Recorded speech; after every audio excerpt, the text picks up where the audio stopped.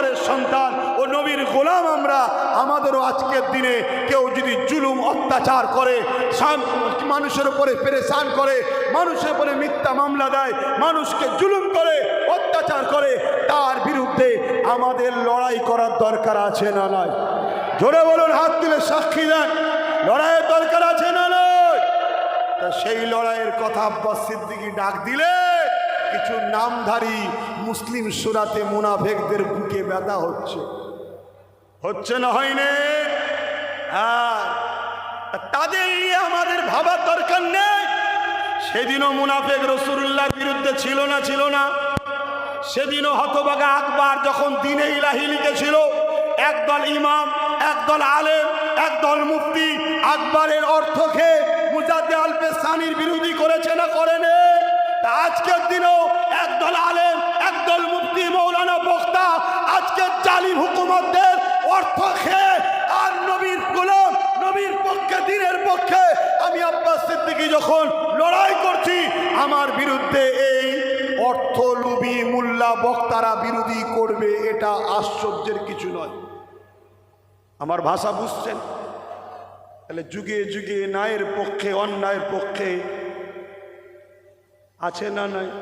তা আপনারা ন্যায়ের পক্ষে না অন্যায়ের পক্ষে? জোরে বলুন, কারা কারা ন্যায়ের পক্ষে হাত তুলে দেখান। জলদি করে হাত তুলে, লম্বা করে হাত তুলুন। ন্যায়ের পক্ষে হাত নামান। তাহলে আজকে কেউ কোরআনের বিরোধী করবে, তার পক্ষে থাকতে পারবেন? জোরে বলুন। তাহলে আমি জানতে চাইছি, কোরআন কি শেষ হয়ে যাবে? কোরআনের হিফাজতের দায়িত্ব কে নিয়েছে? জোরে বলুন। যারা কোরআন মিটাতে গেছে তারা মিটেছে না মেটেনি? আরে জর্জ ডব্লিউ বুশ কোরআন মিটাতে চেয়েছিল, তার কন্যা কোরআনের হাফেজা হয়ে গেছে। জোরে বলুন সুবহানাল্লাহ। ইংল্যান্ডের পত্রিকার একজন মিডিয়া সাংবাদিক পত্রিকা প্রকাশ করত, 22 বছর কোরআনের বিরোধী করেছে, তারপরে আজকে সে কোরআনের প্রেমিক হয়ে কোরআনের পক্ষে সে দাঁড়িয়ে আছে। জোরে বলুন সুবহানাল্লাহ। অতএব কোরআন জালিকাল কিতাব লা রাইবা ফি, এটা কোনো মানুষের কথা নয়, মহান স্রষ্টার কথা। মোট 104টে আসমানি কিতাব এসেছে, তাওরাত, জবুর, ইনজিল এবং কোরআন। এই 4টে বড়, 100টা হলো চটি কিতাব। তাই কখনো বেদ, বাইবেল কোনো কিতাবের এবং আরো যত ধর্মের কিতাব আছে তারও বিরুদ্ধে আমরা বলতে ইজাজত দিইনি। কেন দিইনি? যে সম্বন্ধে জানি না সে সম্বন্ধে মন্তব্য করা উচিত নয়। আমাদের জন্য স্রষ্টা পাঠিয়েছে কোরআন, হুদাল লিন্নাস, মনুষ্য জাতির জন্য। সেই কোরআনকে যে বলবে শেষ হয়ে যাবে, তার ধ্বংস, তার কামনা শেষ হয়ে যাক, আমরা চাইবো। ঠিক না বেঠিক? হাত তুলে বলুন, ঠিক না বেঠিক? আপনারা কি শুনেন নে? যেমন এ বলেছিল কোরআনের সূরা তাওবাতে হিংসা ছড়াচ্ছে, তাকে ধরল না। আবার কিছুদিন পরে শুনলাম আমার রাজ্যে যিনি প্রাক্তন মুখ্যমন্ত্রী ছিলেন তিনি বলছেন আমার উন্নয়ন, কোরআন শেষ হয়ে যাবে, আমার উন্নয়ন শেষ হবে না। বলুন, যারা এই রকম কোরআন বিরোধী করে তাদেরকে ইমানদার সাপোর্ট করে ইমান হালে থাকতে পারবে? আওয়াজ দিয়ে বলুন। কেন? মান আহাব্বা লিল্লাহ ওয়া আবগাদা লিল্লাহ ওয়া আতা লিল্লাহ ওয়া মানআ লিল্লাহ ফাকাদ ইস্তাকমালাল ঈমান। ভালোবাসবেন আল্লাহর জন্যে, দুশ্মনী করবেন আল্লাহর জন্যে। কোনো হিন্দু হলে তাকে ভালোবাসতে আমার অসুবিধে নাই, কেন? সে আমার স্রষ্টারই সৃষ্টি। কোনো আদিবাসী হলে তাকে ভালোবাসতে, আমার কথা বুঝবেন, আপত্তি নাই, কেন? সে আমার স্রষ্টার সৃষ্টি। কিন্তু কেউ স্রষ্টার সৃষ্টি হয়ে স্রষ্টার বাণীকে যদি বলে শেষ হয়ে যাবে, তাকে যদি ভালোবাসি, কার জন্যে ভালোবাসলাম? স্রষ্টার তো দুশ্মনী করছে, শুনছেন তো নাকি? তাহলে আমরা কি তাকে সাপোর্ট করতে পারবো? এই কথা বলে দিলে কিছু মানবরূপী পশুদের সমস্যা হচ্ছে। শুনছেন? বিশেষ করে এক শয়তান ঘুরছে, ওর তো বিরাট সমস্যা হচ্ছে, শুধু প্রেসার দিচ্ছে, শুধু প্রেসার দিচ্ছে। কত শয়তান এসেছে, মরে জাহান্নামের কুকুরে ঢুকে গেছে সব। অতএব ঘাবড়াবার কিছু নেই। মনে রেখে দিও, জিন্দেগি একটাই, আমাদের বাপ ইব্রাহিম আলাইহিস সালাম নমরুদের অত্যাচার জুলুম মিথ্যার বিরুদ্ধে যখন লড়েছিলেন, আমাদের বাপ ইব্রাহিম আলাইহিস সালামকে নমরুদ আগুন তৈরি করে ফেলে দিতে চেয়েছিল। ওই আগুনে যখন ফেলে দিচ্ছিল, জিবরাইল আলাইহিস সালাম এসে বলেছিলেন, ভাই ইব্রাহিম কিছু উপকার করব, সাহায্য করব। আব্বা ইব্রাহিম সাল্লাম বলেছিলেন, আল্লাহর খুশির জন্যে আমি নমরুদের বিরোধী করেছি, আল্লাহর জন্যে নমরুদের বিরোধী করেছি। আজ নমরুদ আমাকে আগুনে ফেলছে, আমার হেফাজতের জন্য আমার আল্লাহ যথেষ্ট। জোরে বলুন সুবহানাল্লাহ। যদি আল্লাহ ইব্রাহিমকে আগুনে পুড়িয়ে খুশি হয়, এই ইব্রাহিম শোনো, আমি ইব্রাহিম একবার নয় হাজারটা যদি জান পাই, আল্লাহকে প্রমাণ করে দেবো, আল্লাহকে জানিয়ে দেবো, আল্লাহকে তা ভালোবাসার পরীক্ষা দেবো যে আমি হাজারবার আগুনে পুড়ে প্রমাণ করব, আল্লাহ আমার জান আগে নয়, আমি আপনাকে আগে ভালোবাসি। জোরে বলুন সুবহানাল্লাহ। আমরা সেই ইব্রাহিমেরই আওলাদ তো নাকি? ইব্রাহিম নবীর আওলাদ তো? হাত তুলে বলুন। আজকে যারা কোরআন শেষ হয়ে যাবে বলবে, তাদেরকে আমরা জবাব দেবো না দেবো না? হাত লম্বা করে বলুন। ভয় খাচ্ছেন? ভয় এমনি তো মরে গেছে, বেঁচে আছেন কোথায় আপনারা? আপনারা যদি বেঁচে থাকতেন এত বড় বড় কথা বলতে পারে? হাত তুলে বলুন। যারা কোরআনকে শেষ হয়ে যায় তাদের সাথ দেবো, সাথ দেবো, সাথ দেবো। মনে থাকবে, মনে থাকবে। তোমার এত বড় স্পর্ধা হয়ে গেছে, পাওয়ার, চেয়ারের পাওয়ার। তোমার আগে যাচ্ছি যাচ্ছিল, তার কি খবর? তার আগে যাচ্ছি যাচ্ছিল, তার কি খবর? তার আগে যাচ্ছি যাচ্ছিল, সে কোথায়? এই শুনছেন না শুনেন নে? কত বড় বড় ষাঁড় এসেছে, সব ঢুকে গেছে। ফেরাউন কোথায়? নমরুদ কোথায়? সাদ্দাত কোথায়? আবু জেল কোথায়? কোথায় চিঙ্গিস খান? কোথায় আরাকু খান? আমাকে জমিনের উপরে পাঠিয়েছে শ্রেষ্ঠ উম্মত করে। তোমার আমার কাজ হলো দুটো, তা'মুরুনা বিল মারুফ ওয়া তানহাউনা আনিল মুনকার। অন্যায়কে মিটাতে হবে, জুলুমকে মিটাতে হবে, মিথ্যাচারকে মিটাতে হবে, ন্যায় সত্য সাম্য প্রতিষ্ঠিত করতে হবে। আর এই লড়াইয়ে আব্বাস সিদ্দিকী লড়বে। তোমরা আমার সাথে কে দাঁড়াবে? হাত তুলে দেখা।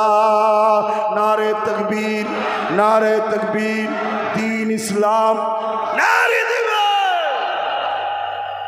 ভাইরা আমার, বাধা আসবে না? আসবে না?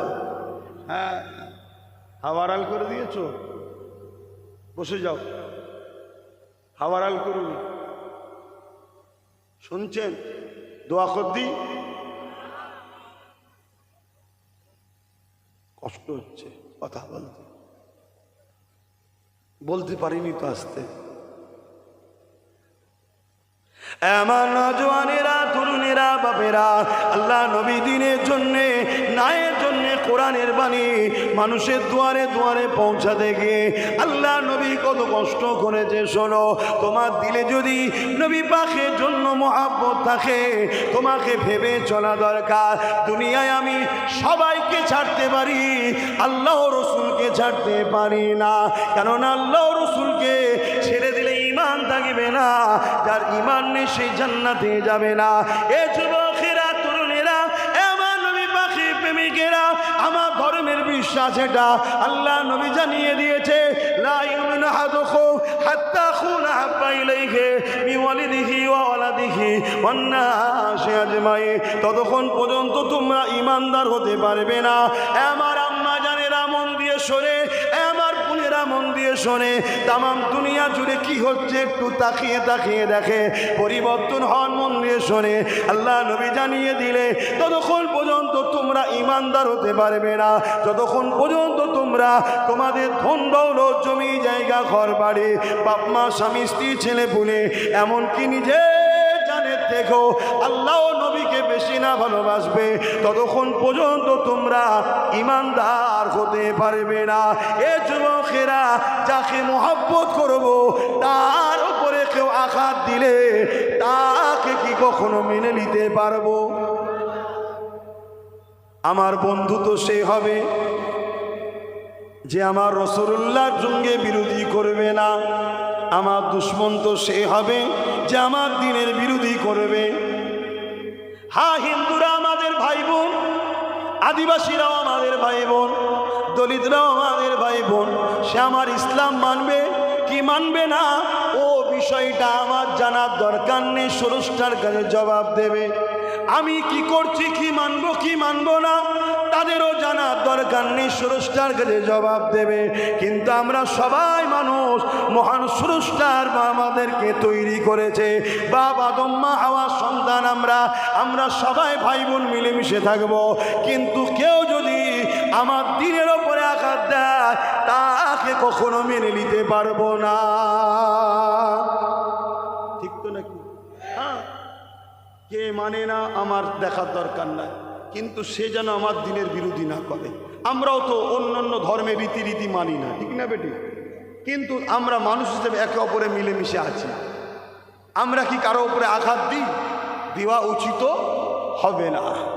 আল্লাহ নবী বললেন, মান আহাব্বা লিল্লাহ ওয়া আবগাদা লিল্লাহ ওয়া আতা লিল্লাহ ওয়া মানা লিল্লাহ ফাকাদ ইস্তাকমালাল ঈমান। মন দিয়ে শোনেন, দুদিনের দুনিয়া, আজ আছেন কাল নাই, চলে গেলেই আমাদের ধর্মীয় রীতিনীতি অনুযায়ী কবর দেবে। আর ওই কবর হয় জান্নাতের টুকরো হবে, না হয় জাহান্নামের গর্ত হবে।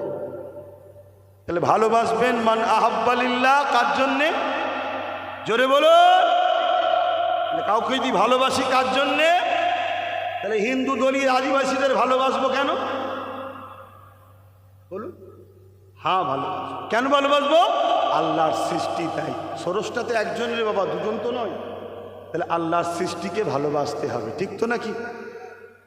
ওয়া আবগাদা লিল্লাহ, দুশ্মনী করবো কার জন্যে? জোরে বলুন, আল্লাহর জন্যে। হ্যাঁ, তাহলে ভালোবাসবো আল্লাহর জন্যে, দুশ্মনীও করবো আল্লাহর জন্যে। ওয়া আতা লিল্লাহ ওয়া মানা লিল্লাহ, কারোর সঙ্গে যদি আত্মীয়তা করতে হয় সেটা কার জন্য করব? আর কারো যদি বিরোধী সম্পর্ক বিচ্ছেদ করতে হয় কার জন্য করব? আল্লাহর জন্য। কথা মাথায় থাকবে। তাহলে কেউ যদি মসজিদ, মাদ্রাসা, কবরস্থান, ঈদগাহ, খানকার দুশ্মন হয়, তার সঙ্গে ভালোবাসা রাখা যাবে? কেন রাখা যাবে না? কেন? সে আল্লাহর দ্বীনের দুশ্মন, ঠিক তো নাকি? আর কেউ যদি মসজিদ, মাদ্রাসা, কবরস্থান, ঈদগাহ, খানকাকে ভালোবাসে, তাকেও আমরা ভালোবাসবো। কেন? আল্লাহর জন্যে। কথা বুঝাতে পারছি? কেননা অনেক কষ্ট করেছে আল্লাহ নবী, অনেক কষ্ট করে দিন ইসলামকে কায়েম করেছে। মনে রাখবেন, আমার নবী পাক যখন দুনিয়ায় আগমন করেছিলেন, এই দুনিয়ায় অশান্তির দাবানল জ্বলছিল, জুলুম অত্যাচার ছেয়ে গিয়েছিল। আল্লাহ নবী মক্কার মানুষকে বুঝাতে লেগেছে, মক্কার মানুষ শুনতে চাইছে না। এই যুবকেরা, তরুণেরা, আল্লাহ নবী তাই ওখান থেকে তায়েফের জমিনে চলে গেলেন। মন দিয়ে শোনেন, তায়েফের জমিনে চলে গেলেন। তায়েফের মানুষের কাছে আল্লাহ নবী ন্যায়ের বাণী, সত্য বাণী, ইনসাফের বাণী, কোরআনের বাণী শোনাবে বলে আল্লাহ নবী যেতে লেগেলেন। এই যুবকেরা, তরুণেরা, ওই সময় তায়েফের মানুষেরা আল্লাহ নবীকে পাথর নিক্ষেপ করতে লেগেছে। নবী পাকের শরীর মুবারকে পাথর লাগে, আর এই পাথর লাগার পরে শরীর থেকে রক্ত বেরোতে লেগেছে। ফিসকিরি দিয়ে রক্ত বেরিয়ে বেরিয়ে এত রক্ত শরীর দিয়ে বেরিয়েছে, জুতা মুবারক খানা রক্তই ভিজে গেছে। আল্লাহ নবী তায়েফের জমিনে অজ্ঞান চৈতন্য হয়ে পড়ে গেলে। এ যুবকেরা, এ নবী পাকের প্রেমিকেরা, কি জন্যে নবী মার খেলেন? কোরআনের বাণী প্রচার করতে গিয়ে তৎকালীন যারা জালিম শাসক ছিল, যারা আমার রাসূলুল্লাহর উপরে জুলুম করেছে, কেন রে ভাই মারলি? কোরআন তো ইনসাফের কথা বলে, কোরআন তো ন্যায়ের কথা বলে, কোরআন তো মানব বন্ধনের কথা বলে, কোরআনই তো শিখিয়েছে তুমি যদি একটা আল্লাহর সৃষ্টিকে বাঁচাও, পুরো মানুষ জাতিকে বাঁচাবার পুণ্য পাবে। এটা তো কোরআনই বলেছে। কেউ যদি একটা মানুষকে বিপদ থেকে উদ্ধার করে, পুরো মানুষ জাতিকে বিপদ থেকে উদ্ধার করলো। কোরআনই তো বলেছে তুমি যদি একটা নির্দোষ মানুষের উপরে জুলুম করো, পুরো মানুষ জাতির উপরে তুমি জুলুম করলে। কোরআনই তো শিখিয়েছে তুমি নামাজের মধ্যে রয়েছো, এমন সময়তে দেখা যায় কোনো একজন প্রতিবেশী তোমার বিপদে পড়েছে, চিৎকার দিয়ে আওয়াজ দিচ্ছে, বাঁচাও বাঁচাও বাঁচাও, আর তুমি মনে করছো আরে যে বাড়ি থেকে আওয়াজ আসছে ওটা তো হিন্দুদের বাড়ি, ওটা তো খ্রিস্টানদের বাড়ি, ওটা তো আদিবাসীর বাড়ি। কোরআন বলছে না, ওটা কার বাড়ি নয়, তোমার রব, তোমার স্রষ্টা সৃষ্টির বাড়ি। ও ধর্ম দেখতে যেও না, বিপদে পড়েছে তুমি ওর পাশে দাঁড়াও, ওকে সাহায্য করো, আমি আল্লাহ কিয়ামতের দিন তোমাকে সাহায্য করব। জোরে বলুন সুবহানাল্লাহ, আরো চিৎকার দিয়ে বলুন সুবহানাল্লাহ। আজকে সেই কোরআনের বিরোধী করা ষড়যন্ত্র সেদিন আবু জেহেল করেছে, উতবা করেছে, সাইবা করেছে, তারপরে বুশ করেছে, যুগে যুগে কোরআনের বিরোধী করছে না করে। আমার ভারতবর্ষে হতভাগা আকবর ছিল মুগলে আজম, কোরআনের বিরুদ্ধে দ্বীনে ইলাহি বলে একটা কিতাব লিখেছিল কোরআনকে রুকার জন্যে। কেন আকবর ছিল জালিম বাদশা, অত্যাচারী বাদশা, খুনি বাদশা, দরিন্দা ছিল, জালিম ছিল, চোর ছিল, মানুষের প্রজাদের উপর জুলুম করত। তাই আকবর দেখলো কোরআনের মেসেজ যদি বন্ধ না করা যায়, আমার জুলুমের বিরুদ্ধে কোরআনের পক্ষের মানুষের আওয়াজ তুলবে, আমার গদি উল্টে যেতে পারে। তাই সেদিন আকবর কোরআনের বিরোধী করেছিল। আজকে আমার বাংলায় ওই হরিণঘাটাতে একজন মানবরূপী দুপায়ে পশু ফোর পাস, সে যদি বলে কোরআনের সূরা তাওবার 5 নম্বর আয়াতে ভুল রয়েছে, হিংসা ছড়াচ্ছে, তার বিরুদ্ধে কোরআনের মান্যওয়ালা হিসাবে আমার প্রতিবাদ করার দরকার আছে না নাই? আছে না নাই? কিন্তু আমরা আইনকে মানি, সংবিধানকে মানি, দেশের শান্তি বজায় রাখতে চাই। তাই তার বিরুদ্ধে হাজার হাজার মামলা হলো। আমার রাজ্যের প্রাক্তন সিএম মুখ্যমন্ত্রী তাকে কিন্তু বন্দি করেনি। বন্দি করেছে কেন? করলেন না?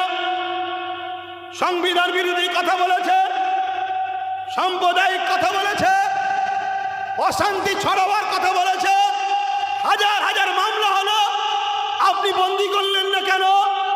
আপনাকে মুসলমানরা কত ভালোবেসে সাথ দিয়েছে, 15টা বছর আপনাকে গদিতে বসিয়ে রেখেছে, কেন ধরলেন না? কেন তাকে বন্দি করলেন না? এদের ভাই বোনের সম্পর্ক বন্দি করবে না, বন্দি করবে না। শুনছো? উপরন্ত নিরীহ নিরীহ হাজার হাজার গরিব মুসলিম এসসি এসটি ওবিসিদের ঘরে মিথ্যা মামলা দিয়ে আজও জেলের মধ্যে ভরে রেখেছে না রাখে? আওয়াজ দিয়ে বলুন। তাহলে কেন্দ্রে যেমন শাসক, তার লোকেরা জুলুম করছে, এও জুলুম করছে না করেনি?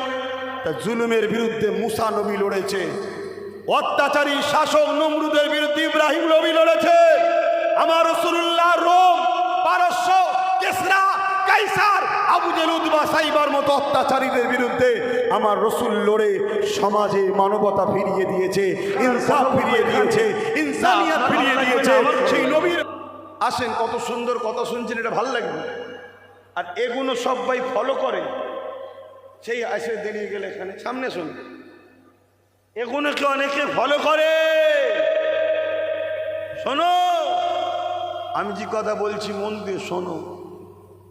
আমার যুবকের, আমার ভাইয়েরা, অনেক কষ্ট করার পরে এই জমিনে ইনসাফ এসেছে। আমরা মনে করি ইসলাম বলতে দাড়ি, টুপি, নামাজ, রোজা, হজ, যাকাত, তাই তো নাকি? আর এজন্য একদল মিডিয়া ইসলাম কেলে দিন রাত মিথ্যাচার ছড়াচ্ছে না ছড়াইনি?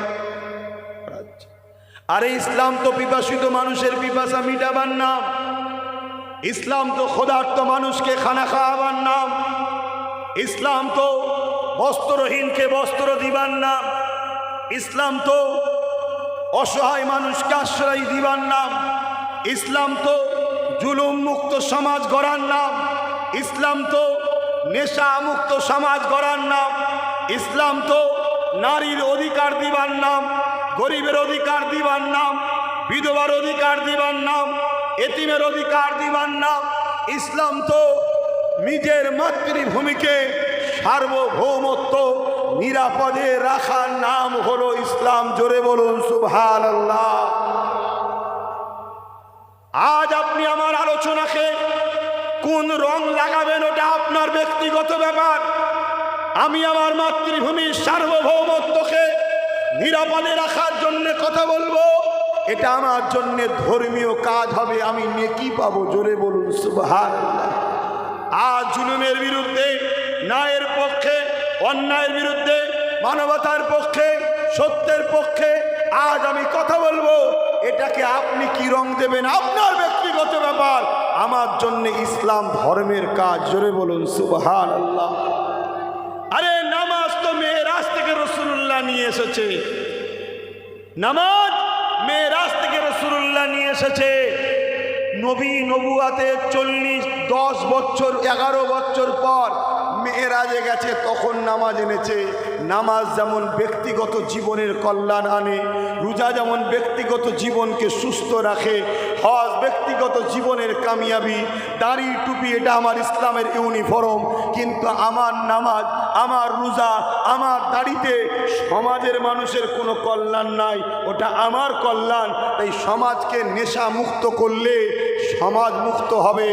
আজকে 100টা যদি ক্রাইম হয় 80টা মদের কারণ, 100টা যদি খুন হয় 80টা মদের কারণ, 100টা পরিবার যদি তালাক ডিভোর্স হয় 80টা মদের কারণ, 100টা যদি অ্যাক্সিডেন্ট হয় 80টা মদের কারণ।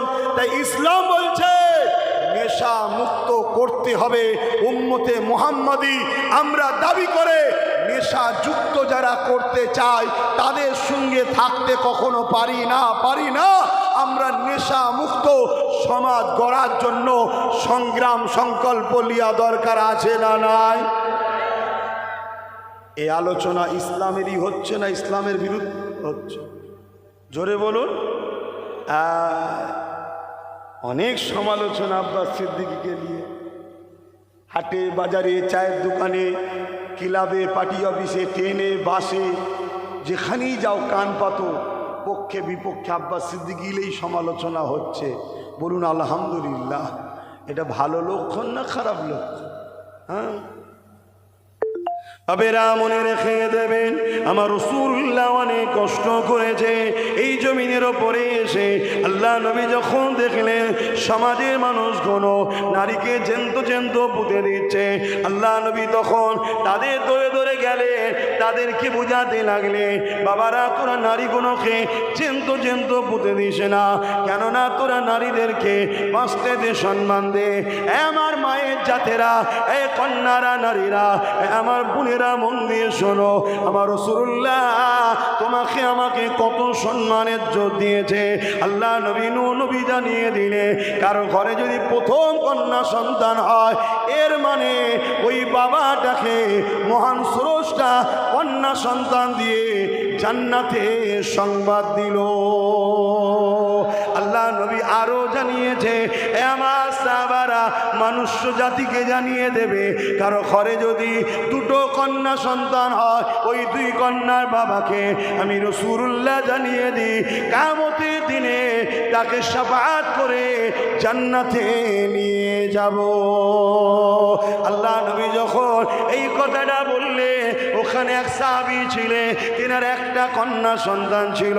তিনি বলতে লাগলেন, ইয়া রাসূলুল্লাহ, হাবিবাল্লাহ, আমার তো একটা কন্যা সন্তান, আমি কি শাফাআত পাবো না? আল্লাহ নবী তাকে বললেন, যাও, আমি রাসূলুল্লাহ বলে দিলাম তোমাকেও শাফাআত করব। আল্লাহ নবী 2টো আঙুলকে তুলে দেখালে যেমন পাশাপাশি রয়েছে। আল্লাহ নবী জানিয়ে দিলে কারো যদি 3টে কন্যা সন্তান হয়, ওই 3 কন্যা সন্তানের বাবা যদি ওই 3 কন্যা সন্তানকে নিয়ে মন খারাপ না করে তাকে লালন পালন করে স্নেহময়া মমতা দিয়ে তাকে বড় করে বিবাহ যদি দিয়ে দেয়, আমি রাসূলুল্লাহ জানিয়ে দিলাম ওই 3 কন্যার বাবা আর আমি রাসূলুল্লাহ আল্লাহর জান্নাতে পাশাপাশি থাকিব। আরো জোরে বলুন সুবহানাল্লাহ।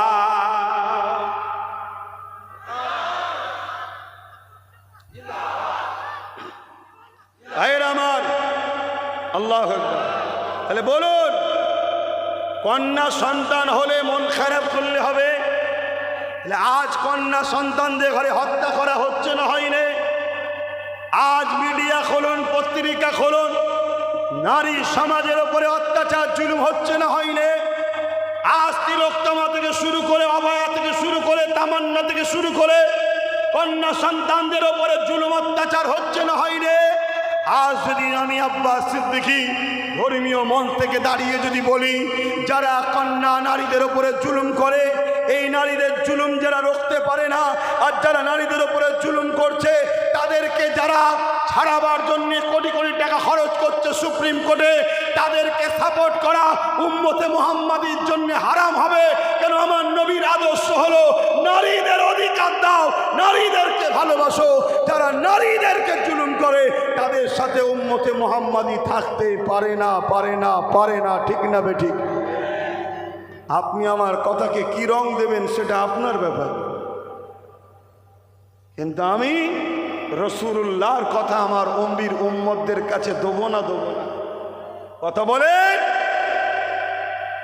নির্বাচন সময় হয়েছে, মানুষ খাওয়া ছাড়ে নে, ঘুমানো ছাড়ে নে, শুয়া ছাড়ে নে, বাজারে যাওয়া ছাড়ে নে, তাহলে ধর্মীয় আলোচনা ছেড়ে দেবে কেন?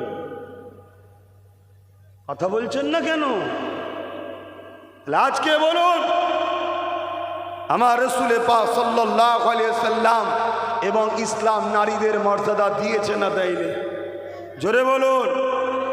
ইসলামে কোনো পুরুষ যদি নেকা করতে চায়, বিবাহ, কন্যাকে সম্মানিক নজরানা দেনমোহর দিতে হবে, দিয়ে কন্যার বাড়িতে গিয়ে তাকে সসম্মানে নিজের ঘরে নিয়ে আসতে হবে এবং ঘরকে নিজের আওকাত অনুযায়ী সাজিয়ে সুন্দর করতে হবে, যাতে ওই কন্যা স্ত্রী এসে যেন মনে করে আমার স্বামী আমাকে আগে থেকেই দেখো আসার আগেই আমার জন্য প্রস্তুত নিয়েছে।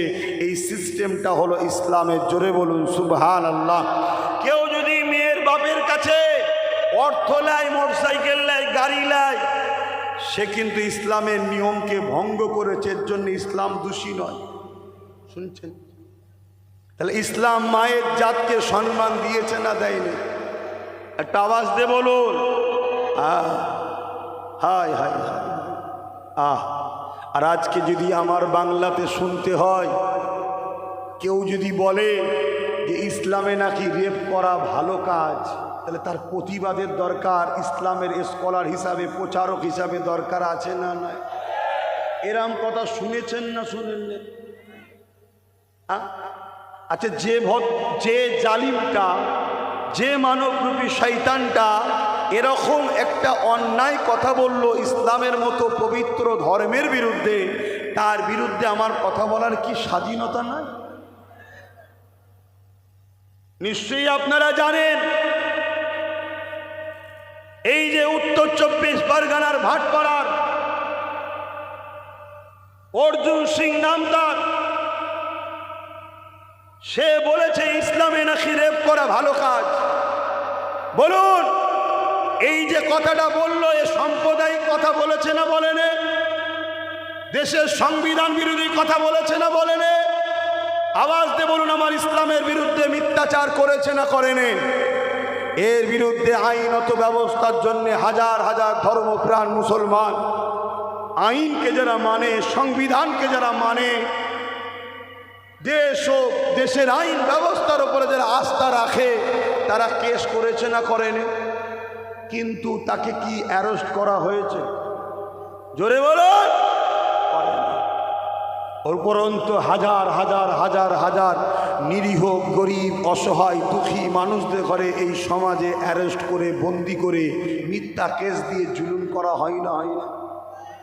তো এই জুলুমের পতনের দরকার আছে না নয়? এই জুলুমকে পতন করা, ঘটিয়ে গরিব, দুঃখী, অসহায় মানুষকে শান্তির নিঃশ্বাস ফেলার সমাজ ব্যবস্থা করার নাম হলো ইসলাম। জোরে বলুন সুবহানাল্লাহ।